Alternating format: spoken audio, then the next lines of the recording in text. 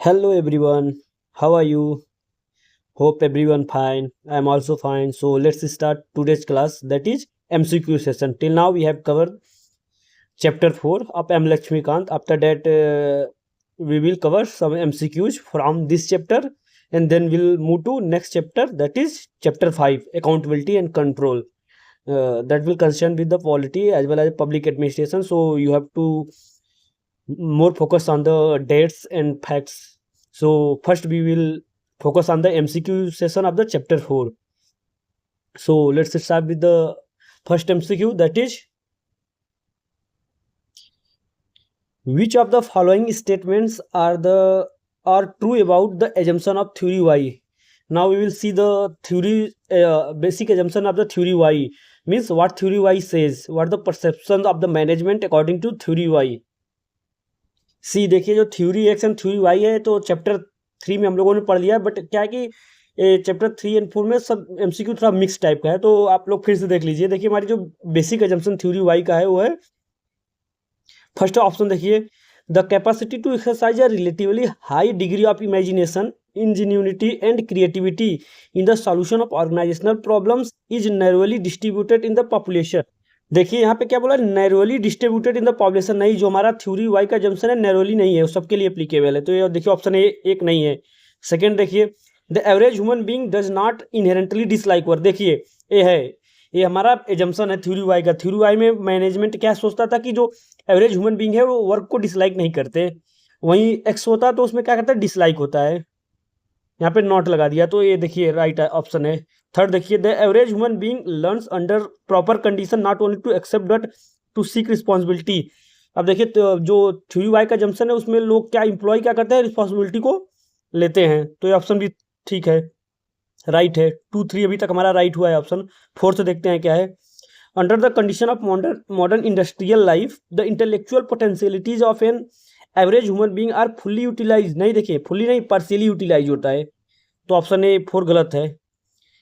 5 देखिए, man will exercise self direction self control in the service of objective to which he is committed as. देखिए ये भी right option है। So हमारा right option will be 2 3 and 5। C 2 3 and 5, option C is right because option C content 2 3 and 5 option. So move to next second MCQ, which of the following statements are true about decision making. Now see, जो decision making, Herbert Simon का जो decision making theories है उसके regarding में यहाँ पे basically 4 option है, उसमें आपको देखना है कौन कौन से ऑप्शन सही है। तो पहला ऑप्शन है हमारा, it is an act of determining a course of action. See देखिए पहला हमारा ऑप्शन है, it is an act of determining a course of action, right. देखिए हमारा डिसीजन मेकिंग क्या है, decision making act of determining course of action, यही तो हमारा क्या है, डिसीजन मेकिंग है। सेकेंड ऑप्शन देखिए, ऑप्शन सही है। सेकेंड ऑप्शन देखिए, it is related to all the traditional management function. देखिए हमारा डिसीजन मेकिंग में जो ट्रेडिशनल फंक्शन थे लुथर गुलिक के, और लुथर गुलिक के जो आपके पोस्टकॉप मेथड्स, और हेनरी फ्योल के जो POCCC, planning organising controlling commanding coordinating, ये सारे प्रिंसिपल को क्या करता है, डिसीजन मेकिंग अपने में निहित करता है। तो ये भी देखिए ऑप्शन 2 भी सही है और 1 भी सही है। नेक्स्ट देखते हैं, it is synonymous with policy making. नहीं देखिए, पॉलिसी मेकिंग से सिनोनिमस नहीं है, ये ऑप्शन गलत है। It is related to policy making but not a synonymous. हाँ ये देखिए ऑप्शन 4 सही है। पॉलिसी मेकिंग और डिसीजन मेकिंग मतलब एक दूसरे से रिलेट करते हैं, बट एक दूसरे से इंटरचेंजेबली नहीं है, सिनोनिमस नहीं है। So option will be 2 3 and 4, C, option C is right. Third number देखिए, which of the following is not correctly matched. अब यहाँ पे देखिए स्कॉलर्स है, उनके कुछ उनके थ्योरीज है वो सो करेक्टली मैच्ड, देखिए कौन सा नहीं है। Remember I have told you about the nature of leadership. Leadership का क्या क्या नेचर है, तो उसमें जो पहला नेचर बताया था एल ने, उन्होंने डिस्टिंग्विश किया था between personal administration and personal leadership and management leadership. देखिए मैनेजमेंट लीडरशिप में उन्होंने बताया था कि जो लीडरशिप होता है बाई पोजीशन के द्वारा, किसी पोजीशन पे उसके द्वारा with in the organizational authority के द्वारा करते हो तो हमारा क्या होता है, in the capacity of organization में अगर करते हो तो हमारा मैनेजमेंट लीडरशिप हो गया। और पर्सनल कैपेसिटी के पोजीशन से अगर करते हैं तो हमारा पर्सनल लीडरशिप हो जाता है। तो एलन जी ने personal leadership and management leadership के बारे में बताया है। एंड एमपी फॉलेट जी ने लीडरशिप ऑफ फंक्शन को क्या बताया, बेस्ट बताया। इन्होंने बेसिकली 3 बताए थे, leadership by position, leadership by personality, leadership of function. तो ये भी इससे देखिए करेक्टली मैच्ड है।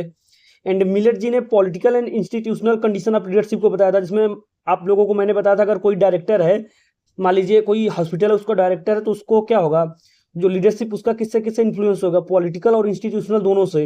पॉलिटिकल से मतलब कि कोई हेल्थ पॉलिसी है तो उसके लिए वो क्या करेगा, उसमें भी कंट्रीब्यूट करेगा। और इंस्टीट्यूशनल लीडरशिप मतलब कि उस हॉस्पिटल में कितने नर्स हैं, कितने स्टाफ चाहिए, सब भी वो क्या करेगा, कंट्रोल करेगा। तो यहाँ पे मिलेट जी ने political and institutional condition of leadership को बताया था। एंड देखिए जो हमारा इस सर्कुलर रिस्पॉन्स ऑफ लीडरशिप है, ये हमारे फॉलेट जी ने, एमपी फॉलेट जी ने ही बताया था। क्या बताया था नेचर में, कि जो हमारा लीडर होता है वो क्या करता है, बिहेवियर ऑफ ग्रुप को इन्फ्लुएंस करता है और ग्रुप से खुद को भी इन्फ्लुएंस करता है। मतलब ग्रुप लीडर को इन्फ्लुएंस करेगा और लीडर ग्रुप को इन्फ्लुएंस करेगा। क्या होता है, रेसिप्रोकल रिस्पॉन्स होता है, उसी को हम क्या बोलते हैं, सर्कुलर रिस्पॉन्स। तो ये देखिए ये हमारा इनसे फॉलेट से होना चाहिए था। तो ऑप्शन डी क्या है, गलत है, मतलब करेक्टली मैच नहीं है। नेक्स्ट 4th नंबर देखिए, which are correct about Simon. अब देखिए साइमन के अकॉर्डिंग क्या क्या यहाँ पे करेक्ट है उसको देखते हैं। फर्स्ट पॉइंट देखिए, he equated administration with decision making. See देखिए, he equated administration with decision making, right. देखिए उन्होंने डिसीजन मेकिंग का थ्योरी दिया था, तो 1 एंड राइट है। सेकंड देखिए, he stressed upon decision making as the alternative to the structural approach. Yes, इन्होंने क्या बोला था, जो डिसीजन मेकिंग स्ट्रक्चरल अप्रोच का एक अल्टरनेटिव है। तो 2 भी देखिए हमारा ऑप्शन 2 भी राइट है। एंड ऑप्शन 3 देखिए, he proposed a new concept of administration based on logical positivism. Yes, ये भी राइट है। He distinguish between programmed and non program decision. Yes देखिए जो टाइप ऑफ डिसीजन में उन्होंने डिस्टिंग्विश किया था। तो यहाँ पे ऑप्शन सारे सही हैं, 1 2 3 4, 1 2 3 4, so option D is right. Next, the first administrative thinker to give a meaningful analysis of decision making process is.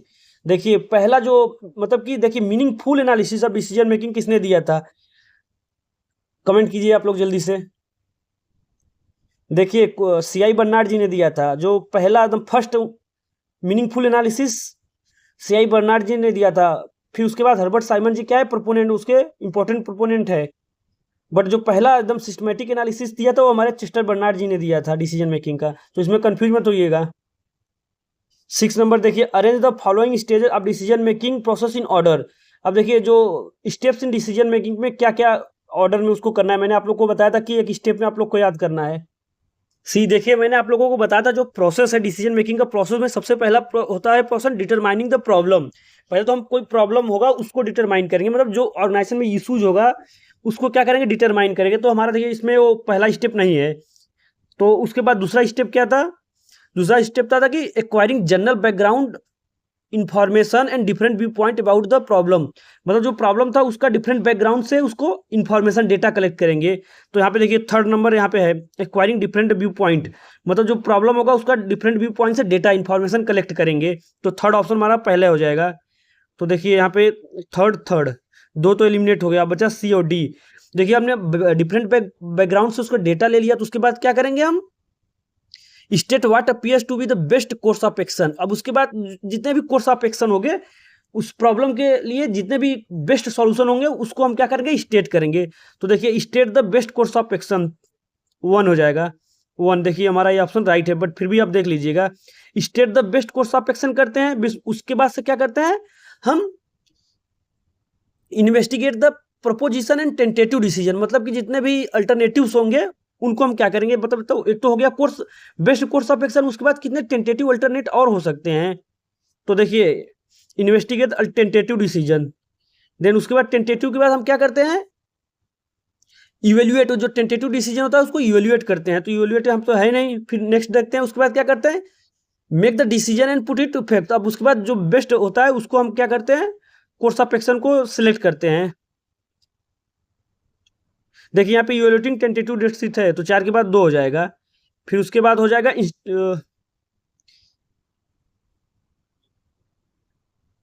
देखिए इसमें से कुछ कुछ क्या है, स्टेप को हटा दिया है, बस कुछ ही दिया है, तो उसमें जो अवेलेबल है उसमें से देखना है। देखिए इवेल्यूटिंग के बाद हम क्या करते हैं, जो डिसीजन होता है, मेन डिसीजन होता है, उसको लेते हैं, उसके बाद फॉलो अप करते हैं। तो यहाँ पे 5 डायरेक्ट दे दिया है, तो ऑप्शन देखिए सी सही है। कुछ कुछ इसमें जो इस प्रोसेस है उसको स्टेप दिया दिया नहीं है, क्योंकि मैंने 7th स्टेप में, बट यहाँ पे 5 ही स्टेप दिया है, तो 2 स्टेप इसमें से पहला स्टेप जो कि आइडेंटिफाई द प्रॉब्लम, उसके बाद जो डिसीजन होगा, मतलब जो एक्चुअल में डिसीजन का लेंगे उसको हटा दिया है, बाकी सब दिया है। नेक्स्ट 7th MCQ देखिए, which of the following concept are not associated with Simon. अब देखिए यहाँ पे 5 ऑप्शन दिए गए, इसमें से साइमन से कौन रिलेट नहीं करता है। सो फर्स्ट पॉइंट देखिए, value and factual premises of decision making. देखिए value and factual premises of decision making, तो ये देखिए हमारा किससे, साइमन से कंसेप्ट से रिलेट है, तो ये ऑप्शन नहीं होगा। आइडिया ऑफ सेटिस्फाइसिंग, ये भी देखिए साइमन जी का है। साइंस ऑफ मॉडलिंग थ्रो, देखिए लिंड्सब्लूम जी का है, लिंडसब्लूम का इंक्रीमेंटल मॉडल, तो ये देखिए नहीं है, तो ऑप्शन 3 राइट होगा। मेथोडोलॉजी ऑफ लॉजिकल पॉजिटिविज्म, ये भी देखिए साइमन से कंसर्न है, ये भी नहीं होगा। फिर देखिए पॉलिटिक्स एडमिनिस्ट्रेशन डाकोटोमी, ये वुड्रो विल्सन का, भी नहीं है। देखिए तो यहाँ पे हमारा third and fifth, so option D is right. Next, which of the following is correctly match. अब देखिए यहाँ पे करेक्टली कौन सा मैच है। साइमन का देखिए मिक्स स्कैनिंग नहीं, ये है अमिताई रिजवानी का मिक्स स्कैनिंग मॉडल, तो ये देखिए करेक्टली मैच नहीं है। ड्रॉर ऑप्टिमल मॉडल देखिए करेक्टली मैच है, so option B is right. देखिए लिंड्सब्लूम का इंक्रीमेंटल होगा, रिजवानी का क्या है, मिक्स स्कैनिंग मॉडल होगा। तो यहाँ पे करेक्टली जो मैच है ये है ड्रॉर वाला, ड्रॉर का optimal model, so option B is right. Next देखिए, great man theory of leadership lead to the rise of. देखिए जो ग्रेट मैन थ्योरी मैंने आपको बताया था वो क्या लीड करता है राइज होने के लिए। देखिए मैंने आपको बताया था जो the trait theory of leadership को क्या बोलते हैं, ग्रेट मैन थ्योरी बोलते हैं, तो option B is right. 10th देखिए, the hallmark of leadership is. देखिए हॉलमार्क ऑफ लीडरशिप का क्या है। देखिए आप लोग को ध्यान है तो हॉलमार्क ऑफ लीडरशिप का क्या है कि किसी दूसरे के बिहेवियर को क्या करना, इन्फ्लुएंस करना, यही है लीडरशिप का हॉलमार्क। सो देखिए capacity to influence other to follow, ये है hallmark of leadership, so option C is right. 11th देखिए, who has distinguished between leadership of position, leadership of personality and leadership of function. देखिए Follett ji, MP Follett ji ने बताया है कि leadership by position, leadership by personality and leadership by function, तो यहाँ पे option D is right.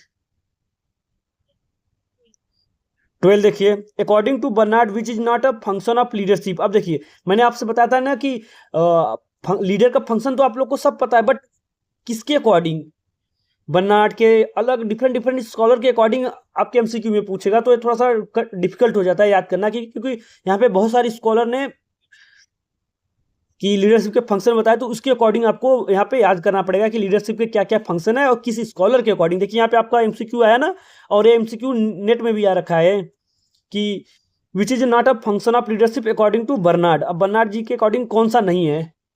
सो आप लोग अगर याद नहीं है तो देखिए इस चीज़ में आप कंसेप्ट कुछ नहीं लगा सकते, अगर आपको याद नहीं है तो आपका गलत हो जाएगा, तो इसमें आपको याद होना ही होना है, क्योंकि ऐसा कुछ कंसेप्चुअल चीज़ें नहीं है। बेसिकली ये क्या है, आपको याद करना पड़ेगा, क्योंकि डिफरेंट स्कॉलर ने अपने व्यू में फंक्शन ऑफ लीडरशिप बताया है, तो इसमें आप कोई कंसेप्ट नहीं लगा सकते कि इसको कंसेप्ट से हम याद कर लेंगे, तो इसको आपको याद ही करना पड़ेगा कि कौन से स्कॉलर ने क्या फंक्शन बताया है लीडरशिप का। तो देखिए जो बर्नार्ड जी ने बताया है कि वो बताया है कि मैनिपुलेशन ऑफ मीन्स एक फंक्शन है हमारा लीडरशिप का, कि मैनिपुलेशन ऑफ लीड, ये देखिए फंक्शन है। बी भी फंक्शन है, स्टिमुलेशन ऑफ कोऑर्डिनेटेड एक्शन, ये भी बर्नार्ड के द्वारा लीडरशिप का फंक्शन है।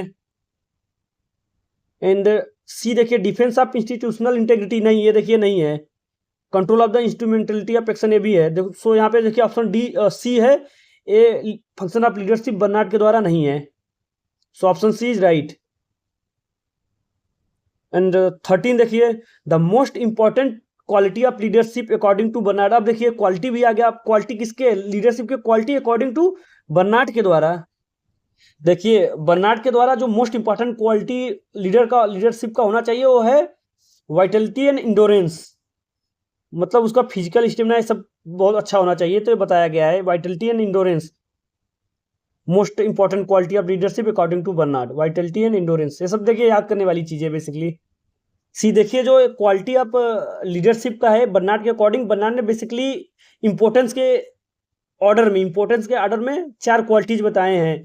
तो देखिए सारे क्वालिटीज लीडरशिप के हैं बर्नार्ड के अकॉर्डिंग, बट इसमें आपको एक ट्रिक है याद करने का कि किसका ऑर्डर है इम्पोर्टेंस के अकॉर्डिंग में। देखिए ट्रिक्स है, बेसिकली आप लोग राइट डाउन कर लीजिए, कभी नहीं भूलेंगे।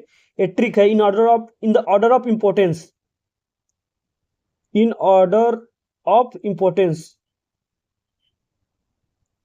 इन ऑर्डर ऑफ इम्पोर्टेंस मतलब कौन सा क्वालिटी कितना इंपॉर्टेंट है, सबसे ज़्यादा इंपॉर्टेंट कौन है।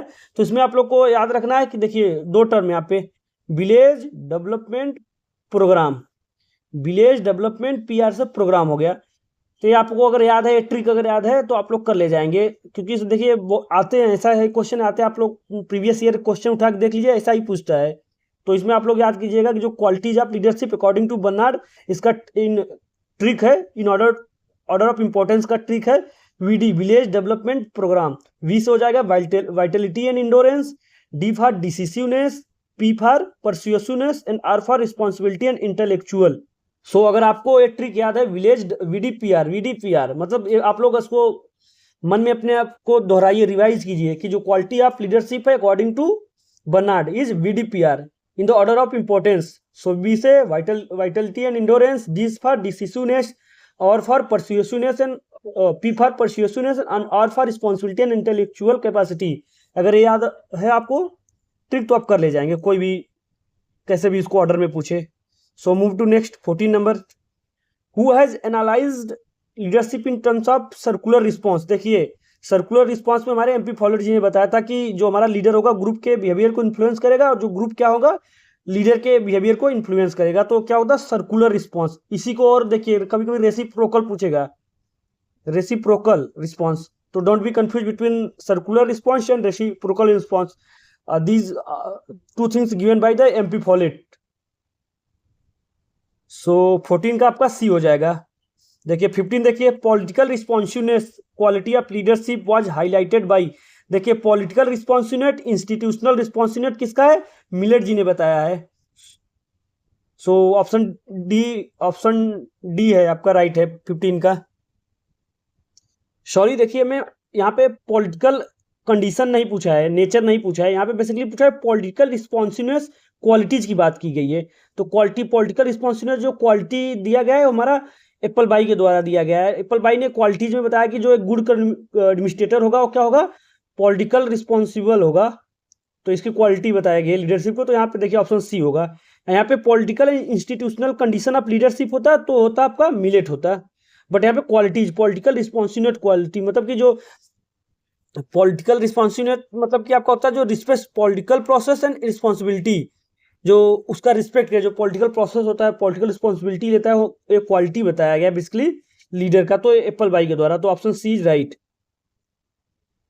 16 देखिए, द डेमोक्रेटिक और participative style of leadership became popular during the era of. देखिए द डेमोक्रेटिक और पार्टिसिपेटिव स्टाइल ऑफ। तो देखिए हमारा जो पहला था वो था आपका अथॉरिटेटिव मतलब ऑटोक्रेटिक स्टाइल ऑफ। तो हमारा क्लासिकल टाइम में फेमस था, बट उसके बाद हमारा आया डेमोक्रेटिक और पार्टिसिपेटिव। तो ये किसके टाइम फेमस हुआ, देखिए क्लासिकल के बाद हमारा आएगा ह्यूमन रिलेशन थ्योरी। तो हमारा डेमोक्रेटिक और पार्टिसिपेटिव स्टाइल ऑफ जो लीडरशिप होगा वो डी ह्यूमन रिलेशन थ्योरी के टाइम पॉपुलर हुआ है। So option D is right. Move to next, which of the following pairs is correctly match. अब देखिए यहाँ पे करेक्टली मैच कौन सा है वो बताया गया है, कंटीजेंसी मॉडल ऑफ लीडरशिप। सी देखिए यहाँ पे सारे मॉडल है, लीडरशिप के मॉडल है और उसके प्रोपोनेंट दिए गए, तो उसमें करेक्टली कौन मैच है वो बताना है। सो देखिए मैं यहाँ पे सब लिख भी दूंगा। देखिए कॉन्टीजेंसी मॉडल ऑफ लीडरशिप, ये देखिए जो contingency model of leadership basically Victor Vroom के द्वारा नहीं है, ये है आपका फ्रेड ई फिडलर के द्वारा। सो यहाँ पे मैं लिख दे रहा हूँ सबके नीचे, तो आप लोग कंफ्यूज मत होइएगा। फ्रेड ई फिडलर ने दिया है।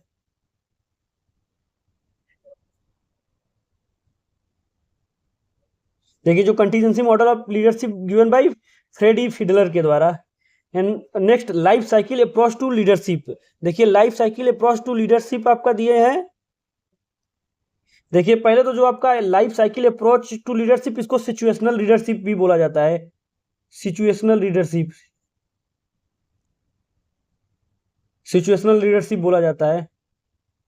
और ये जो दिया गया है आपका, इसके जो प्रोपाउंडर है पाउल हर्से एंड कीनेथ ब्लेंचार्ड।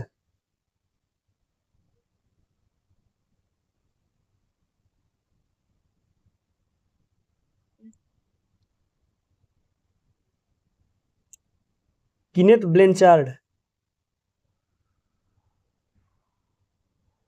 सो देखिए मैं लिख दे रहा हूँ, क्योंकि आप देखिए यहाँ पे ब्लैक एंड माउंटेन ने दिया है, गलत है यहाँ पे, तो जो मैंने जिसके जिसके जो करेक्टली है वहाँ पे मैं लिख दिया हूँ ताकि आप लोग को सारे याद हो जाए। एंड थर्ड देखिए path goal theory of leadership.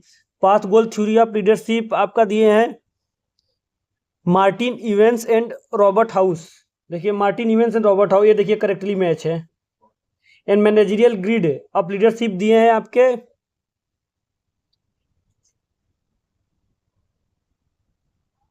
देखिए जो आपके मैनेजरियल ग्रिड एंड लीडरशिप है ब्लैक एंड माउंटेन जी ने।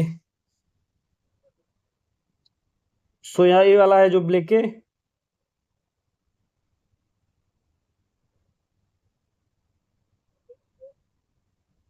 सो आप लोग राइट डाउन कर लीजिएगा, बहुत इंपॉर्टेंट है ये। तो जो यहाँ पे जो 17 का ऑप्शन है वो देखिए करेक्टली मैच है, बाकी सबका मैंने यहाँ पे लिख दिया है। Next 18 number, which of the following pair is not correctly match. अब देखिए नॉट करेक्टली मैच है, अब इसमें से आपको देखना है कौन सा करेक्टली मैच नहीं है। 18 नंबर का सी, देखिए अब आपको बताना है यहाँ पे करेक्टली कौन सा मैच नहीं है। यहाँ पे बेसिकली जो लीडरशिप की स्टडीज है और उनके प्रोपाउंडर है कौन किया है, तो उसको देखना है। तो देखिए जो पहला हमारा है Michigan leadership studies, which of the following pair is not correctly match, कौन सा नहीं है। सो देखिए जो मिचिगन लीडरशिप ऑफ स्टडीज है वो रेंसिस लिकर्ट एंड अदर्स ने किया है, तो यहाँ पे देखिए करेक्टली मैच्ड है, तो ये ऑप्शन नहीं होगा। Second one is a system of management. System of management का भी रेंसिस लिकर्ट जी ने किया था, सो ये भी देखिए करेक्टली मैच्ड है। एंड सी देखिए Ohio state leadership studies A Fleishman and others ने किया था, देखिए भी करेक्टली मैच्ड है। एंड लोआ लीडरशिप स्टडीज, देखिए लोआ लीडरशिप स्टडीज आपका किए हैं कर्ट लेविन जी ने किया है, कर्ट लेविन एंड अदर्स। तो आप लोग को ध्यान रहना चाहिए। देखिए तो यहाँ पे ऑप्शन जो आपका होगा यहाँ पे करेक्टली लास्ट में ऑप्शन डी राइट है, क्योंकि डी का जो Iowa leadership studies Kurt Lewin and Ronald Lippitt ji ने किया था। 19 देखिए according to which theory leadership is a multi dimension. देखिए मल्टी डायमेंशन तो आपका सिचुएशनल थ्योरी के अकॉर्डिंग होगा आपका, so option B is right. Next, communication is defined as a shared understanding of a shared purpose by. देखिए जो statement है, अब देखिए इसमें बेसिकली स्टेटमेंट है, किसने स्टेटमेंट दिया था कि communication defined as a shared understanding of a shared purpose. देखिए जो ये स्टेटमेंट है मिलेट जी का स्टेटमेंट है, ऑप्शन ए, तो यहाँ पे राइट ऑप्शन ए है। देखिए मिलेट जी ने डिफाइन किया था कि communication is defined as a shared understanding of a shared purpose, so option A is right. 21 देखिए the grapevine is a valuable as a barometer of public opinion in the organization is said by. अब देखिए जो statement है किसके द्वारा दिया गया था, बेसिकली ग्रेप वाइन कम्युनिकेशन के रिगार्डिंग में दिया गया है कि जो grapevine is a valuable as a barometer of public opinion in the organization is said by.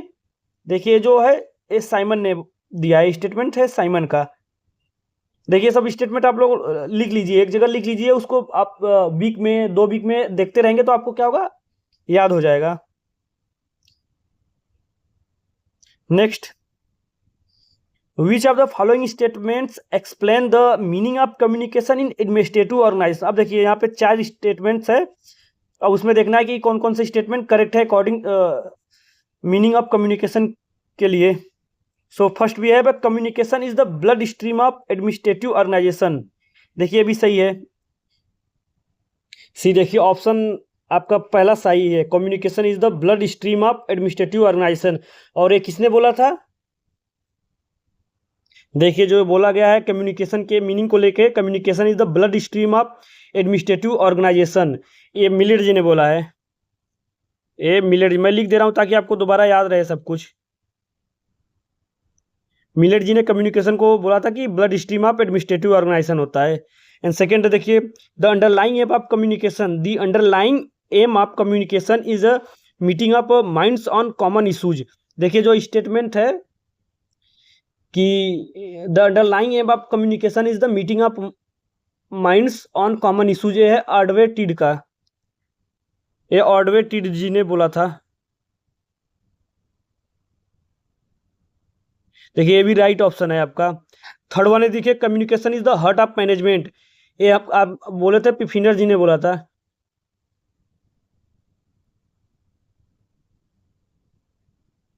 देखिए ये भी सही ऑप्शन है।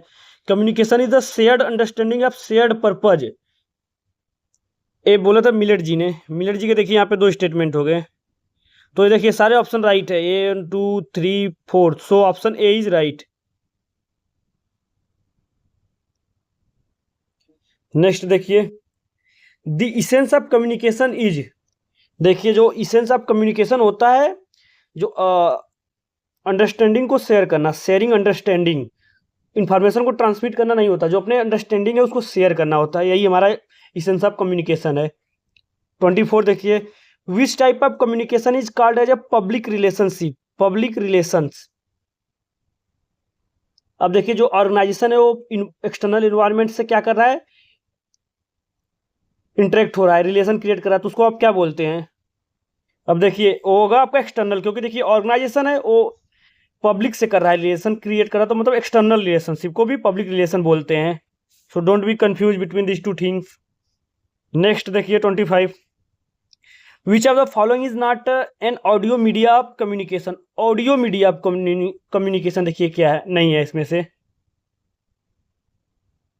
देखिए बेसिकली जो आपको ऑडियो मीडिया होता है, ऑडियो मीडिया ऑफ कम्युनिकेशन होगा, पब्लिक मीटिंग कर रहे हो आप, एंड इंटरव्यू कर रहे हो, ब्रॉडकास्टिंग कर रहे हो, बट यह जो बी है पर्सनल डेमोन्स्ट्रेशन आपका नहीं है, ऑडियो मीडिया नहीं है, कम्युनिकेशन का ऑडियो मीडिया नहीं है। नेक्स्ट देखिए 26, the first administrative theorist who gave a meaningful solution to the problem of communication is, देखिए first administrative theorist who gave a meaningful solution of the problems of communication, आप लोग बताइए, Bernard है या Simon. देखिए ये दोनों तो है नहीं, दोनों में से कोई एक है, तो उसको आप लोग बताइए अपने से। सॉरी देखिए यहाँ बर्नार्ड नहीं होगा, ये दोनों नहीं होंगे, बाकी इन दोनों में से बताइए, क्योंकि जो कम्युनिकेशन का कंसेप्ट बेसिकली फ्योल जी ने दिया था, ऑर्गेनाइजेशन में कम्युनिकेशन का, ये हम डिसीजन मेकिंग वाले में कंफ्यूज हो गए थे, सो सॉरी फॉर दैट। देखिए जो the first administrative theorist who gave a meaningful solution to the problem of communication, Fayol ji है, हेनरी फ्योल जी ने दिया था। देखिए जो कम्युनिकेशन है यहाँ पे, देखिए कंसेप्ट मैं बता देता हूँ, the first administrative theorist who give the meaningful solution to the problem of communication, तो फॉल जी ने क्या किया था, गैंग प्लैंक का नियम दिया था कि उन्होंने सेम लेवल के एम्प्लॉय आप डायरेक्ट कम्युनिकेट कर सकते हैं, तो इसलिए यहाँ पे हमारा फ्योल जी हैं। 17 देखिए, 27 देखिए, who among the following developed the most widely used model of communication process,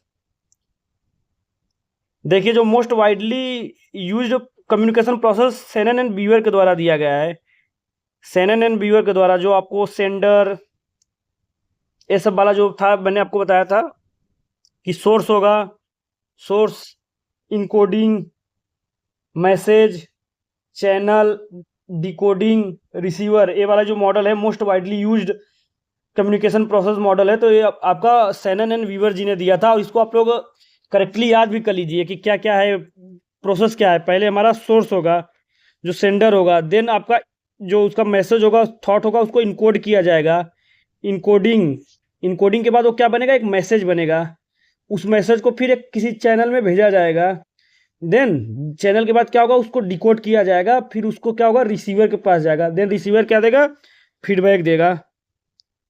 देखिए इसमें कंफ्यूज मत होइए, आपके सेनन एंड बीवर जी का बहुत ही most widely used communication process है, तो ये आपका डी ऑप्शन, डी सही है 27 का। नेक्स्ट देखिए 28 देखिए 28,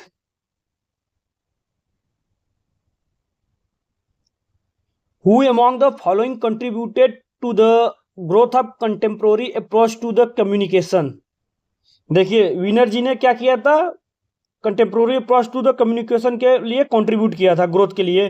सो right option is D, Wiener. 29 देखिए, arrange the following ingredients of communication process in proper order. देखिए अब आ गया ना प्रॉपर ऑर्डर में, जो अभी मैं बताया था। अब इसको आप लोग कीजिए अपने से, मैं पोस्ट करता हूँ थोड़ा, आप लोग ट्राई कीजिए, क्योंकि देखिए अभी जस्ट बताया है। ये most widely use communication process है बाई सेनन एंड बीवर के द्वारा। सो आई होप आप लोगों ने राइट आंसर दे दिया होगा। अपने आप खुद में एसेस कीजिए अपने आप को। सो देखिए पहले क्या होगा हमारा, देखिए इसमें सब चीज़ें नहीं दिया है, बेसिकली सारे नहीं दिया है, सोर्स नहीं दिया है, तो बट जो दिया है उसमें ऑर्डर में आपको देखना है। तो पहला हमारा क्या होता है, पहला सोर्स होगा, देन क्या होगा, इनकोडिंग। इनकोडिंग तो यहाँ देखिए इनकोडर दिया है, तो थर्ड हो जाएगा, पहला हो जाएगा। इनकोडिंग के बाद क्या होगा, मैसेज बन जाएगा। देन देखिए यहाँ पे मैसेज भी दिया है, तो 3-1 हो जाएगा, 3-1। मैसेज के बाद क्या होगा, एक चैनल में हो जाएगा, चैनल। देखिए यहाँ पे चैनल भी दिया है, 3-1-4 हो जाएगा। चैनल के बाद क्या होगा, डिकोड होगा, डिकोडर 5। देखिए 3-1-4-5। एंड उसके बाद क्या होगा, हमारा रिसीवर रिसीव करेगा, देखिए 2 हो गया। तो ऑप्शन सी इज राइट है, 3-1-4-5-2, 3-1-4-5-2। इसमें देखिए सारा कुछ नहीं दिया है, बट जो है उसमें आपको देखना है। सो 29 का ऑप्शन सी इज राइट। 30 देखिए, who views communication as a process whereby decisional premises are transmitted from one member of an organization to another. देखिए बेसिकली स्टेटमेंट है, किसका है, साइमन जी का है, हर्बर्ट साइमन जी का। उन्होंने बोला कि who view communication as the, देखिए मतलब Simon views communication as a process whereby decisional premises are transmitted from one member of an organization to another. So 30 का एमसीक्यू, 30 का ऑप्शन सी सही है। देखिए इस हमने लेक्चर सेक्शन में 30 एमसीक्यू कराया, नेक्स्ट 30 कराएंगे, एंड देन उसके बाद एक और वीडियो आएगा जिसमें 30 होगा, तो ये हमारा पूरा कंप्लीट हो जाएगा एमसीक्यू। देन हम चैप्टर 5 की तरफ मूव करेंगे। तो आई होप आप लोग अपने से खुद से ट्राई कीजिए, थोड़ा जल्दी हो जाए ताकि। सो थैंक यू अभी के लिए।